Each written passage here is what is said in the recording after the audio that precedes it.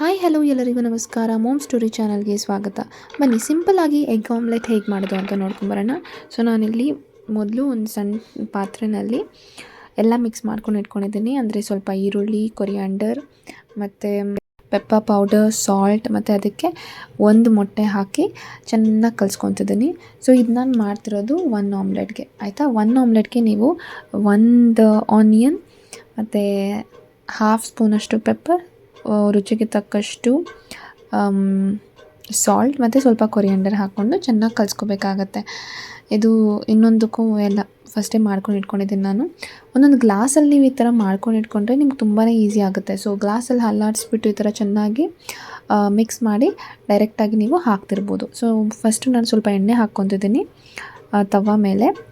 ಅದಾಕಿದ ನಂತರ ಗ್ಲಾಸಲ್ಲಿ ಏನಿದೆ ಅಥವಾ ಒಂದು ಕಪ್ಪಲ್ಲಿ ಏನು ಮಾಡ್ಕೊಂಡಿದ್ದೆ ಅದು ಪೂರ್ತಿ ಹೀಗೆ ಅದಕ್ಕೆ ಡ್ರಾಪ್ ಮಾಡ್ತೀನಿ. ಸೊ ನೀವಿಲ್ಲಿ ನೋಡ್ತಿರ್ಬೋದು, ಬಿಸಿ ಇದ್ದಾಗೆ ಹೇಗೆ ಬೇಕೋ ಆ ಥರ ನೀಟಾಗಿ ಅರಳಿಸ್ಕೊಳ್ಳಿ.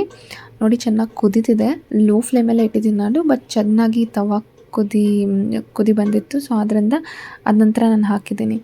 ನೀವಿಲ್ಲಿ ನೋಡ್ತಿರ್ಬೋದು, ಇದನ್ನು ನೀವು ಹಾಫ್ ಬಾಯ್ಲ್ ಕೂಡ ಮಾಡ್ಕೋಬೋದು ಅಥವಾ ಫುಲ್ ಬಾಯ್ಲ್ ನಿಮ್ಗೆ ಹೇಗೆ ಬೇಕೋ ಆ ಥರ. ನಾನಿಲ್ಲಿ ಫುಲ್ ಬಾಯ್ಲ್ ಮಾಡ್ಕೊತಿದ್ದೀನಿ. ಸೊ ನೋಡಿ, ಈ ಥರ ತಿರುಗಿಸ್ರೆ ಈ ಥರ ಕಾಣಿಸ್ತಿದೆ. ಬಟ್ ಟೇಸ್ಟ್ ಮಾತ್ರ ತುಂಬಾ ಸಖತ್ತಾಗಿತ್ತು ಮತ್ತು ಪರ್ಫೆಕ್ಟಾಗಿ ಬರುತ್ತೆ. ನೀವು ಎಲ್ಲ ಮೊಟ್ಟೆಗಳು ಸೇರಿಸ್ಕೊಂಡು ಹಾಗೆ ಒಂದೊಂದು ಸ್ಪೂನಲ್ಲಿ ಹಾಕ್ತಾ ಹೋದರೆ ಅದು ಅಷ್ಟು ಕರೆಕ್ಟಾಗಿ ಬರಲ್ಲ ಅನ್ಕೋತೀನಿ. ನನಗೆ ಹಂಗಾಗುತ್ತೆ. ಸೊ ಅದನ್ನು ನಾನು ಒಂದು ಮೊಟ್ಟೆಗೆ ಒಂದು ಗ್ಲಾಸಲ್ಲಿ ಇಟ್ಕೊಂಡು ಈ ಥರ ಮಾಡ್ಕೋತೀನಿ. ಧನ್ಯವಾದಗಳು.